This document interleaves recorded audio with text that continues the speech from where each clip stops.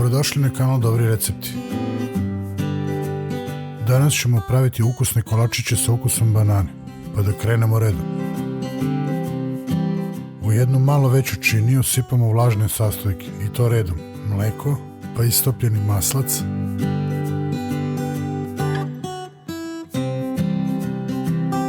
razbijemo jedno jaje,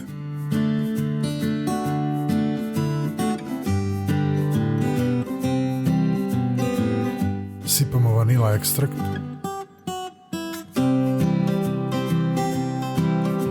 i na kraju dodamo 2 banane. Pre nego što sve sastojke promešate mikserom, banane izgnječite viljuškom kako bi bilo lakše mikseru da sve to izmeša.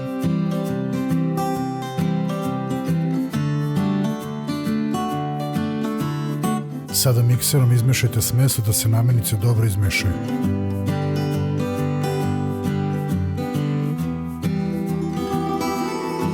Kada ste ovo dobro izmiksali, dodajte preostale namirnice i to redom: smeđi šećer, brašno, malo soli i nastavite sa miksanjem dok ne dobijete lepu kompaktnu masu.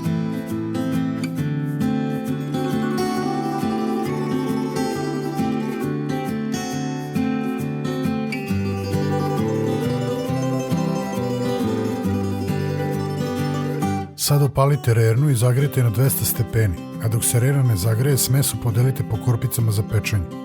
Otprilike stavite malo više od polovine korpice. Zamolio bih vas da zapratite kanal kako biste prvi dobili obaveštenja o novim receptima na kanalu. Također ću vas zamoliti da ostavite komentar ispod videa, da li vam se dopao recept, da li biste vi nešto promenili. Hvala. Kolače pecite nekih 25 minuta na 200 stepeni. Dok se kolačići peku u rerni, da vidimo šta nam je sve bilo potrebno od namirnica.